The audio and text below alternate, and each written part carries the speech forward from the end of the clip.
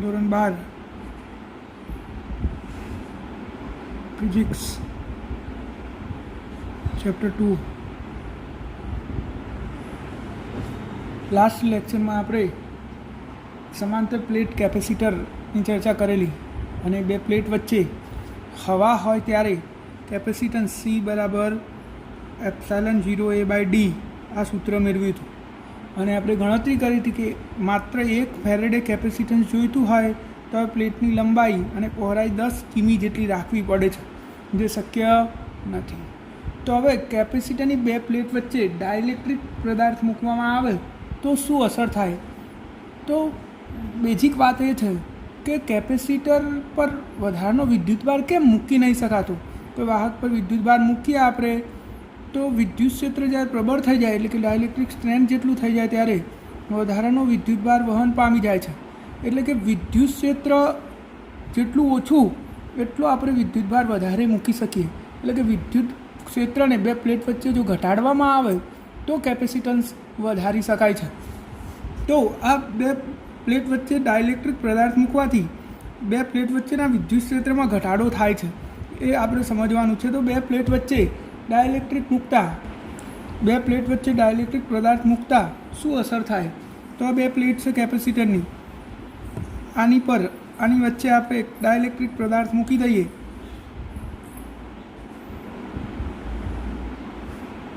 તો કેપેસિટરની આ બે પ્લેટના વિદ્યુતભારના કારણે કેપેસિટરની વચ્ચેના વિસ્તારમાં વિદ્યુત ક્ષેત્ર હોય છે E0 અને E0ની વેલ્યુ કેટલી હોય? E0 બરાબર σ/ε0.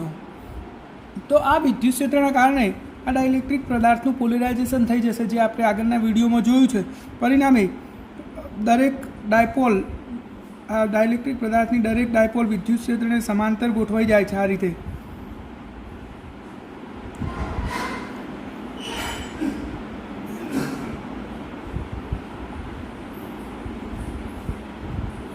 આપણે આગળના લેક્ચરમાં આની ચર્ચા કરી છે કે જ્યારે ડાઇલેક્ટ્રિક પદાર્થની બાહ્ય વિદ્યુત ક્ષેત્રમાં મૂકવામાં આવે તો બધી જ ડાયપોલ વિદ્યુત ક્ષેત્રને સમાંતર થઈ જાય છે. એટલે કે આ બાજુ ઋણ ચાર્જ અને આ બાજુ પ્લસ ચાર્જ. આગળનો વિડીયો ના જોયો હોય તો તમે એકવાર એને જોઈ લો એટલે તમને ખબર પડી જશે કે બાહ્ય વિદ્યુત ક્ષેત્રમાં ડાઇલેક્ટ્રિક પદાર્થને મૂકવામાં આવે તો શું થાય. એની આપણે આગળના વિડીયોમાં ડિટેલમાં ચર્ચા કરેલી છે.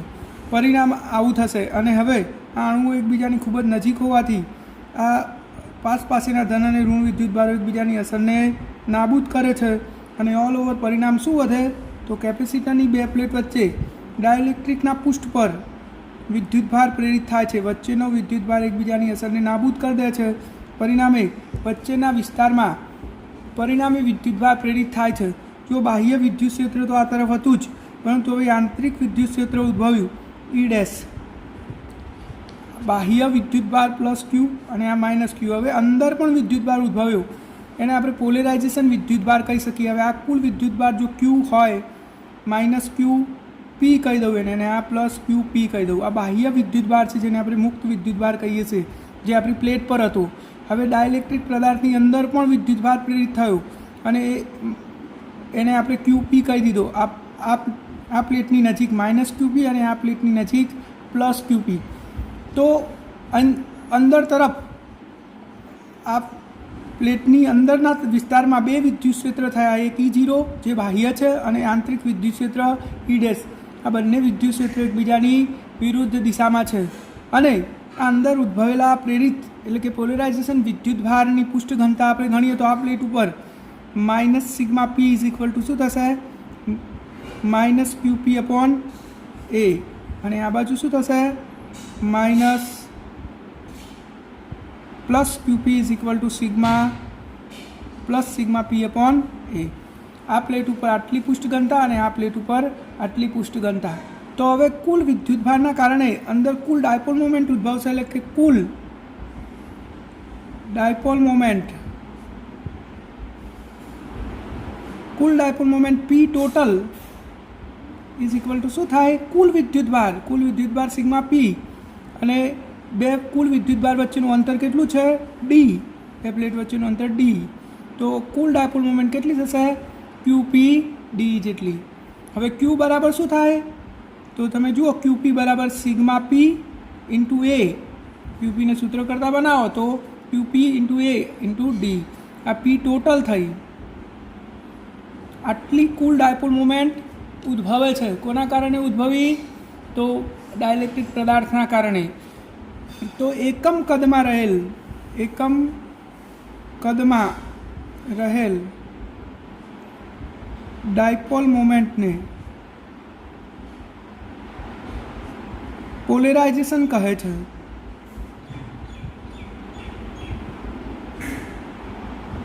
તો એકમ કદમાં રહેલ ડાયપોલ મોમેન્ટને પોલેરાઇઝેશન કહેવાય. તો પોલેરાઇઝેશન પી બરાબર પી ટોટલ ભાગ્યા કદ. ધેરફોર પી ટોટલ કેટલી છે? સિગ્મા પી એ ઇન્ટુ ડી ભાગ્યા કદ. વી એટલે ક્ષેત્રફળ ગુણ્યા પહોળાઈ. તો આ એડી કેન્સલ થઈ જશે. તો પોલેરાઇઝેશન પી બરાબર શું વધ્યું? સિગ્મા પી. તો તમારે યાદ રાખવાનું કે પોલેરાઇઝેશન એટલે શું? તો ડાયલેક્ટ્રિક પદાર્થમાં ઉદ્ભવેલા અથવા તો પ્રેરિત થયેલા વિદ્યુતભારની પુષ્ટ ઘનતા, એટલે કે પોલેરાઇઝેશન પ્રેરિત વિદ્યુતભારની પુષ્ટ ઘનતા જેટલું હોય છે એનો એકમ શું થશે? તો કુલમ પર મીટર સ્ક્વેર. તો જ્યારે કેપેસિટરની બે પ્લેટ વચ્ચે ડાયલેક્ટ્રિક પદાર્થ મૂકવામાં આવે તો ડાયલેક્ટ્રિક પદાર્થની અંદર વિદ્યુતભાર પ્રેરિત થાય છે એના પૃષ્ઠ પર. અને પૃષ્ઠ પર કેટલો વિદ્યુતભાર પ્રેરિત થયો? તો સિગ્મા પી જેટલો. અને આ સિગ્મા પીના કારણે કુલ ડાયપોલ મોમેન્ટ ઉદ્ભવી કેટલી? સિગ્મા પી એ ઇન્ટુ ડી જેટલી. અને આપણે એકમ કદ દીઠ લઈ લઈએ, એટલે કે કદ વડે ભાગી દઈએ તો એને શું કહેવાય? પોલેરાઇઝેશન કહે છે. હવે બે પ્લેટની વચ્ચેના વિસ્તારમાં બે વિદ્યુત ક્ષેત્ર થયા. એક બાહ્ય વિદ્યુત ક્ષેત્ર અને એક આંતરિક વિદ્યુત ક્ષેત્ર. બંને પરસ્પર વિરુદ્ધ દિશામાં છે. તો કુલ અથવા પરિણામી વિદ્યુત ક્ષેત્ર કેટલું થશે? તો ઈ બરાબર બાહ્ય વિદ્યુત ક્ષેત્ર E0 અને એમાંથી પેલું અંદર ઉદ્ભવેલું એ બાદ કરી દઈએ, કારણ કે બંને એકબીજાની વિરુદ્ધ દિશામાં છે. અને બાહ્ય વિદ્યુત ક્ષેત્ર હંમેશા આંતરિક વિદ્યુત ક્ષેત્ર કરતાં મોટું જ હોય છે, એટલે કે E0 greater than E dash. તો પરિણામી વિદ્યુત ક્ષેત્ર E બરાબર શું થયું? બાહ્ય વિદ્યુત ક્ષેત્રમાંથી આંતરિક વિદ્યુત ક્ષેત્ર બાદ કર્યું. તો સ્વાભાવિક છે કે પહેલાં જે વિદ્યુત ક્ષેત્ર E0 હતું એમાંથી આટલું E ડેશ બાદ થઈ ગયું, એટલે કે વિદ્યુત ક્ષેત્રમાં ઘટાડો થયો. અને વિદ્યુત ક્ષેત્રમાં ઘટાડો થયો તો આપણે વધારાનો વિદ્યુતભાર પ્લેટ ઉપર મૂકી શકીશું. હવે આપણે આમાં કિંમતો મૂકીએ તો જો આ થાય સિગ્મા અપોન એપ્સાઇલન 0. અને આ શું થશે? આને આપણે સિગ્મા પી કીધું છે, એપ્સાઇલન 0. તો 1 અપોન એપ્સાઇલન 0 કોમન, તો સિગ્મા માઇનસ સિગ્મા પી. આ ઈ બરાબર પરિણામી વિદ્યુત ક્ષેત્ર બરાબર આવું થયું. હવે આપણે એપ્સાઇલન 0 ને આ બાદ લઈ જઈએ તો E into epsilon 0 is equal to sigma minus sigma P. Sigma પીની જગ્યાએ તો આપણે પોલેરાઇઝેશન પી પણ મૂકી શકીએ છીએ. તો ઈ એપ્સાઇલન 0 બરાબર સિગ્મા માઇનસ સિગ્મા પી. હવે આ બે પ્લેટ વચ્ચે જો વિદ્યુત ક્ષેત્ર ખૂબ પ્રબળ ના હોય તો આ પોલેરાઇઝેશન છે પરિણામી વિદ્યુત ક્ષેત્રના સમપ્રમાણમાં હોય છે, એટલે કે પી ચલે છે ઈ. અને જે પદાર્થો પી ચલે છે એનું પાલન કરે એમને રેખીય ડાઇલેક્ટ્રિક પદાર્થો કહે છે. આ યાદ રાખજો. રેખીય ડાઇલેક્ટ્રિક પદાર્થો કોને કહેવાય? તો પોલેરાઇઝેશન જ્યારે પરિણામી વિદ્યુત ક્ષેત્રના સમપ્રમાણમાં હોય, એટલે કે પી ચલે છે ઈ હોય, ત્યારે એવા પદાર્થોને રેખીય ડાઇલેક્ટ્રિક પદાર્થો કહે છે. ત્યારબાદ P is equal to chi E epsilon 0 E. જ્યાં આ ઝાય ઈ એ ઇલેક્ટ્રિક સસેપ્સિબિલિટી છે. શું છે? ડાઇલેક્ટ્રિક પદાર્થની ઇલેક્ટ્રિક સસેપ્સિબિલિટી, જે તાપમાન અને દ્રવ્યની જાત પર આધાર રાખે છે. આ પણ યાદ રાખજો. ઇલેક્ટ્રિક સસેપ્સિબિલિટી કોની પર આધાર રાખે છે? તો તાપમાન અને દ્રવ્યની જાત પર આધાર રાખે છે. તો હવે આપણે આગળના સૂત્રમાં કિંમતો મૂકી દઈએ. જુઓ, E epsilon 0 is equal to sigma બરાબર શું હતું? એટલે કે E0 બરાબર શું હતું? Sigma upon epsilon 0. તો સિગ્મા બરાબર શું થશે? E0 epsilon 0. આ E0 એપ્સાઇલન 0 માઇનસ સિગ્મા પીની જગ્યાએ આપણે શું મૂકી શકીએ? સિગ્મા પીની જગ્યાએ આપણે સિગ્મા પીની જગ્યાએ પી મૂકી શકીએ, પોલેરાઇઝેશનનો પી. હવે પીની જગ્યાએ આપણે શું મૂકી શકીએ? Is equal to E0 epsilon 0 minus chi E epsilon 0 E. આ માઇનસવાળું પદ હું આ બાદ લાવી દઉં તો E epsilon 0 plus chi E epsilon 0 is equal to E0 epsilon 0. આમાંથી હું ઈ એપ્સાઇલન 0 કોમન કાઢ લઉં તો 1 plus chi E is equal to E0 epsilon 0. આની જગ્યાએ આટલાની જગ્યાએ એટલે કે epsilon 0 1 plus chi E is equal two epsilon થાય. એપ્સાઇલન એ માધ્યમની પરમિટિવિટી છે, તો એની જગ્યાએ હું એપ્સાઇલન મૂકી દઉં તો ઈ આખાની જગ્યાએ epsilon is equal to E0 epsilon 0. Therefore epsilon upon epsilon 0 આના બાદ લાવી દઉં તો E0 બાય ઈ અને એપ્સાઇલન અપોન એપ્સાઇલન 0 એટલે સાપેક્ષ પરમિટિવિટી થાય. એપ્સાઇલન અપોન એપ્સાઇલન 0 બરાબર એપ્સાઇલન આર, જેને ડાયલેક્ટ્રિક અચળાંક પણ કહે છે. કે એને શું કહેવાય? ડાયલેક્ટ્રિક અચળાંક. તો કે બરાબર E0 by E. Therefore E is equal to E0 by K. આનો અર્થ શું થયો? તો બરાબર સમજી લઈએ. ઈ એ પરિણામી વિદ્યુત ક્ષેત્ર છે ડાયલેક્ટ્રિક પદાર્થ મૂક્યા પછીનું, અને E0 ડાયલેક્ટ્રિક પદાર્થ મૂક્યા પહેલાંનું. તો ડાયલેક્ટ્રિક પદાર્થ મૂકવાથી ઉત્પન્ન થયેલું વિદ્યુત ક્ષેત્ર એટલે કે પરિણામી વિદ્યુત ક્ષેત્ર એ કુલ વિદ્યુત ક્ષેત્રના કેમાં ભાગનું થઈ જાય છે, એટલે કે ઘટી જાય છે. તો ડાયલેક્ટ્રિક પદાર્થ મૂકવાનો આ જ ફાયદો છે કે જ્યારે ડાયલેક્ટ્રિક પદાર્થ મૂકવામાં આવે તો વિદ્યુત ક્ષેત્ર કેમાં ભાગનું થઈ જાય છે, જ્યાં કે એ શું છે? ડાયલેક્ટ્રિક અચળાંક છે. અને વિદ્યુત ક્ષેત્ર કેમાં ભાગનું થઈ જાય તો આપણે વધારાનો વિદ્યુત ભાર પ્લેટ ઉપર મૂકી શકીએ છીએ, એટલે કે આપણે કેપેસિટન્સ વધારી શકીએ છીએ. એ પણ આપણે ગણી લઈએ. જો શૂન્ય અવકાશ હોય ત્યારે કેપેસિટન્સ શું થાય? Epsilon 0 A by D. અને ડાયલેક્ટ્રિક પદાર્થ મૂકીએ શૂન્ય અવકાશ નહીં રહ્યું એટલે કે સી ડેશ બરાબર શું થશે? એપ્સાઇલન A બાય ડી થાય. આપણે શૂન્ય અવકાશની પરમિટિવિટી મૂકી, કારણ કે શૂન્ય અવકાશ હતું. હવે ડાયલેક્ટ્રિક મૂકીએ તો અહીંયા એપ્સાઇલન મૂકવું પડે. હવે બંનેનો ગુણોત્તર લઈ લઈએ તો સી ડેશ અપોન સી બરાબર epsilon A by D epsilon 0 A by D. A by D cancel, તો સી ડેશ અપોન સી બરાબર એપ્સાઇલન અપોન એપ્સાઇલન 0. અને એપ્સાઇલન અપોન એપ્સાઇલન 0 ની જગ્યાએ તો કે થાય, તો સી ડેશ બાય સી બરાબર કે. તો સી ડેશ બરાબર શું થયું? K into C. આનો અર્થ શું થાય? સી ડેશ એ ડાયલેક્ટ્રિક મૂક્યા પછીનું કેપેસિટન્સ છે અને સી એ પહેલાંનું. તો શૂન્યાવકાશના કેપેસિટન્સ કરતાં ડાયલેક્ટ્રિકનું કેપેસિટન્સ કે ઘણું થઈ જાય છે. એટલે કે આનામાં કે ઘણો વધારો થઈ ગયો. કે ઘણું કેપેસિટન્સ ક્યારે વધ્યું? ત્યારે આપણે ડાયલેક્ટ્રિક પદાર્થ મૂક્યો ત્યારે. તો ઓલ ઓવર કેપેસિટરની બે પ્લેટ વચ્ચે ડાયલેક્ટ્રિક પદાર્થ મૂકવાથી શું ફાયદો થયો? તો વિદ્યુત ક્ષેત્ર કેમાં ભાગનું થઈ ગયું અને પરિણામે કેપેસિટન્સ કે ઘણું થઈ જાય છે. કેપેસિટરની બે પ્લેટ વચ્ચે ડાયલેક્ટ્રિક મૂકવાથી કેપેસિટન્સમાં કે ઘણો વધારો કરી શકાય છે. તો હવે આપણે આગળની થિયરી જોઈશું. કેપેસિટરનું સંયોજન, કે કેપેસિટરોને વિદ્યુત પરિપથમાં જોડવામાં આવે તો બે રીતે જોડી શકાય છે. કેપેસિટરોનું સંયોજન, કેપેસિટરોનું સંયોજન. એક રીત છે શ્રેણી જોડાણ અને બીજી રીત છે સમાંતર જોડાણ.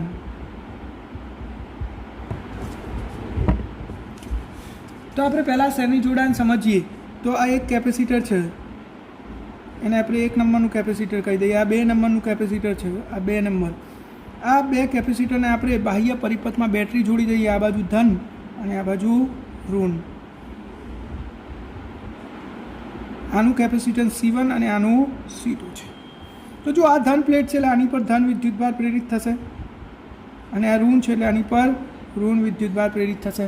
એટલે કે પહેલા કેપેસિટરની ડાબી પ્લેટ ઉપર ધન વિદ્યુતભાર અને બીજા કેપેસિટરની જમણી પ્લેટ ઉપર ઋણ વિદ્યુતભાર છે. તો આ C1ની જમણી પ્લેટ ઉપર ઋણ વિદ્યુતભાર હોવો જોઈએ અને આ C2ની ડાબી પ્લેટ પર ધન વિદ્યુતભાર હોવો જોઈએ. તો જ વિદ્યુત ક્ષેત્ર શૂન્ય થાય. જો આવું ના હોત, માન લો કે આની પર પ્લસ ક્યુ અને આની પર માઇનસ ક્યુ ના હોત, તો આ બે પ્લેટ વચ્ચે વિદ્યુત ક્ષેત્ર ઉદ્ભવત અને પરિણામે વિદ્યુતભાર વહન પામત. અને આ વિદ્યુતભાર ક્યાર સુધી વહન પામશે? જ્યાર સુધી આ બંને વિદ્યુતભાર સરખા ના થઈ જાય ત્યાર સુધી, અને છેવટે વિદ્યુત ક્ષેત્ર શૂન્ય થઈ જાય અને વિદ્યુતભારનું વહન શૂન્ય થઈ જાય છે. એટલે કે ઓલ ઓવર કહેવાનો અર્થ એ છે કે કેપેસિટરોને જો આવી રીતે જોડવામાં આવે તો એક પ્લેટ ઉપર જેટલો વિદ્યુતભાર ધન હોય એટલો જ બીજી પ્લેટ ઉપર ઋણ થઈ જાય છે. ના હોય તો પણ થઈ જાય, હોય તો પ્રશ્ન નહીં, પણ ના હોય તો શું થશે? વિદ્યુતભાર વહન પામી જશે વધારાનો, અને છેવટે બંને પ્લેટ ઉપર ધન અને ઋણ વિદ્યુતભાર સમાન મૂલ્યના થઈ જાય છે અને વિદ્યુત ક્ષેત્ર શૂન્ય થઈ જાય છે.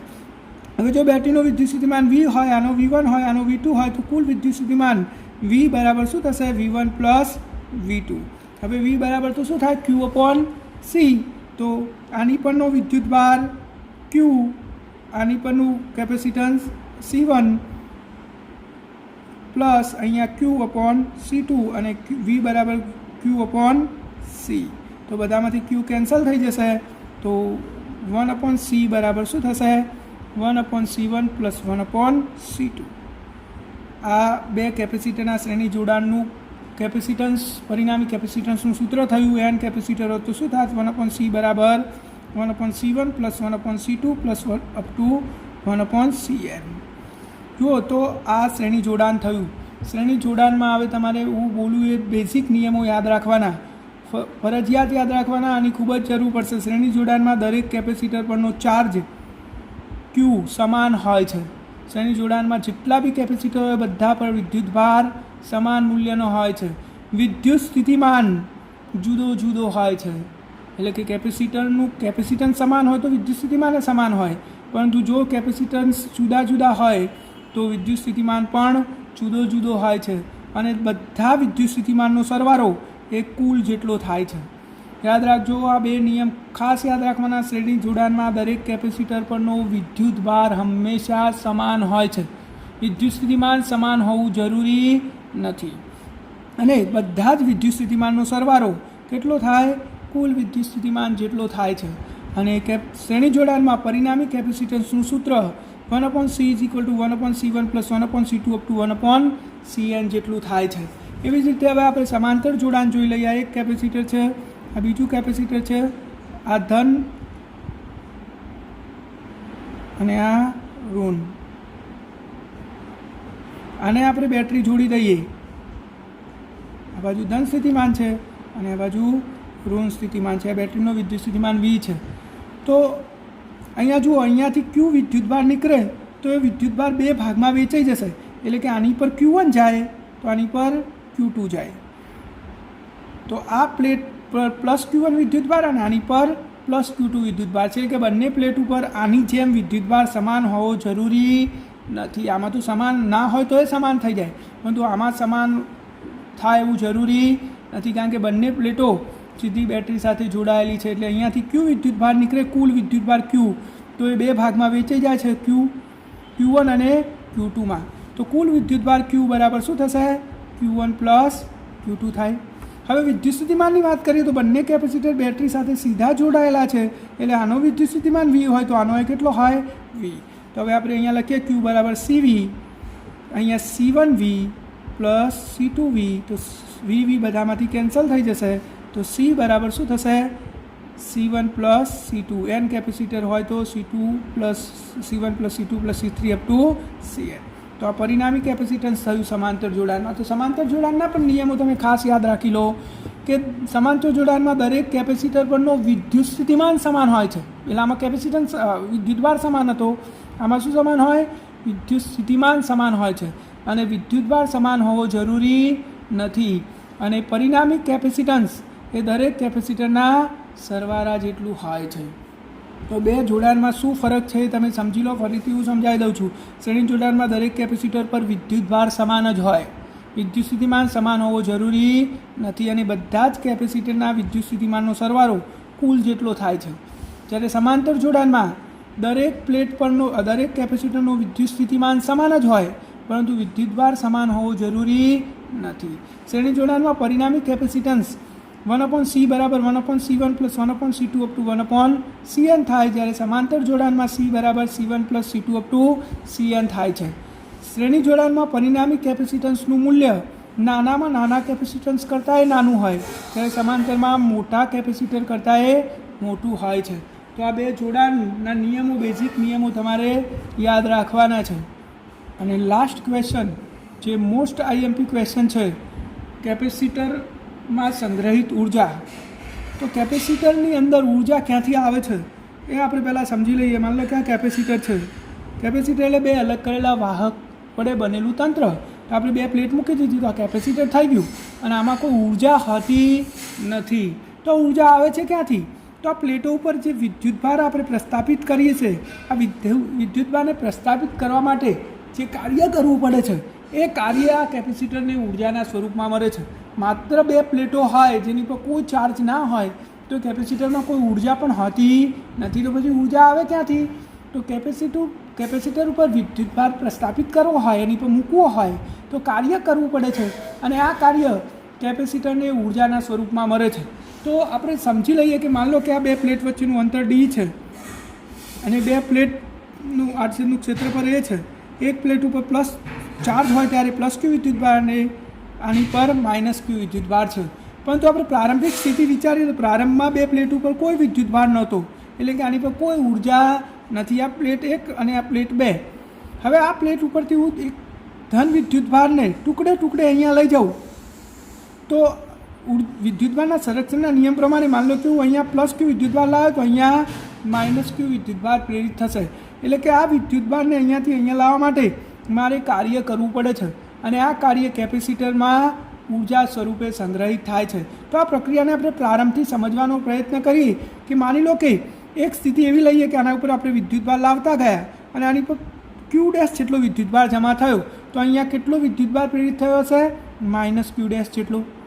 હવે આ અહીંયાથી હજુ પણ હું સૂક્ષ્મ ડેલ્ટા ક્યુ જેટલો વિદ્યુતભાર અહીંયાથી અહીંયા લાવું તો આ દરમિયાન થયેલું કાર્ય કેટલું થાય? તો સૂક્ષ્મ કાર્ય ડેલ્ટા ડબલ્યુ બરાબર કેટલો વિદ્યુતભાર લાવ્યો હું? ડેલ્ટા ક્યુ ડેશ જેટલો. અને વિદ્યુત સ્થિતિમાનનો તફાવત કેટલો થશે? વી ડેશ છે. વી ડેશ બરાબર શું થાય? Q dash by C. Q dash એ આ પ્લેટ પરનો વિદ્યુતભાર છે, તો આ બે પ્લેટ વચ્ચેનો વિદ્યુત સ્થિતિમાનનો તફાવત કેટલો થાય? ક્યુ ડેશ અપોન સી, જ્યાં સી આ કેપેસિટરનું કેપેસિટન્સ છે. તો કોઈ સ્થિતિ એવી છે કે જ્યારે ધન પ્લેટ ઉપર ક્યુ ડેશ વિદ્યુતભાર છે અને ઋણ પ્લેટ ઉપર માઇનસ ક્યુ ડેશ.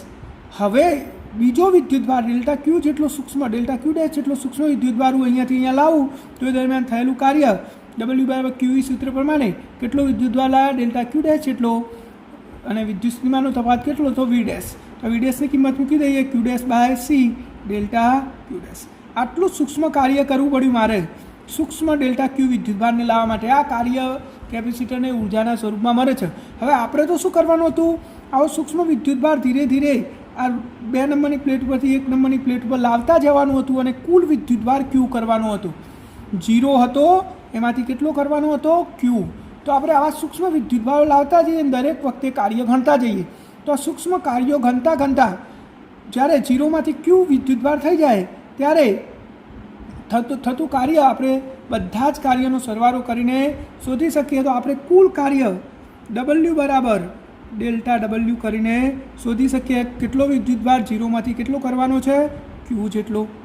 તો હવે આપણે આ કાર્યના સૂત્રમાં કિંમત મૂકી દઈએ તો કુલ કાર્ય ડેલ્ટા ડબલ્યુ, અને ડેલ્ટા ડબલ્યુની જગ્યાએ શું છે? Q dash by C into delta Q, એટલે કે આપણે સંકલનમાં લીધું છે તો ડી ક્યુ ડેલ્ટા ડેશ.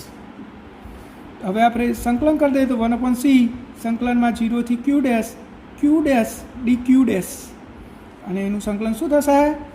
તો ક્યુ ડેશનો સ્ક્વેર બાય 2, અને લિમિટ છે 0 થી ક્યુ.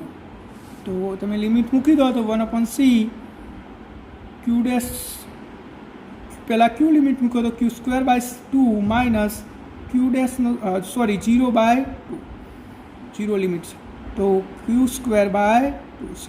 આ આટલું કાર્ય થશે કુલ વિદ્યુતભારને, એટલે કે પ્લસ ક્યુ જેટલા વિદ્યુતભારને ઋણ પ્લેટ પરથી ધન પ્લેટ ઉપર લાવવા માટે કરવું પડતું કાર્ય કેટલું થશે? કુલ ક્યુ સ્ક્વેર બાય 2c જેટલું. આ કાર્ય કેપેસિટરને ઉર્જાના સ્વરૂપમાં મળે છે, એટલે કે ક્યુ સ્ક્વેર બાય 2c જેટલી કેપેસિટર જોડે ઉર્જા આવી જાય છે. આને જ કેપેસિટરની સંગ્રહિત ઉર્જા કહે છે. હવે આપણે આ સૂત્રને જુદા જુદા સ્વરૂપમાં લાવી શકીએ. દાખલા તરીકે ક્યુ બરાબર હું CV મૂકી દઉં તો યુ બરાબર C² V² બાય 2C, એક વખત C કેન્સલ થઈ જશે તો 1/2 CV². આ ઉર્જા થઈ ગઈ. હજુ પણ તમે Cની કિંમત મૂકીને બીજું સૂત્ર પણ બીજા ફોર્મેટમાં મેળવી શકો છો. તો આને કેપેસિટરની સંગ્રહિત સ્થિતિસ્થાપકીય સ્થિતિ ઉર્જા કહે છે. હવે કેપેસિટરની ઉર્જા ઘનતા કોને કહેવાય?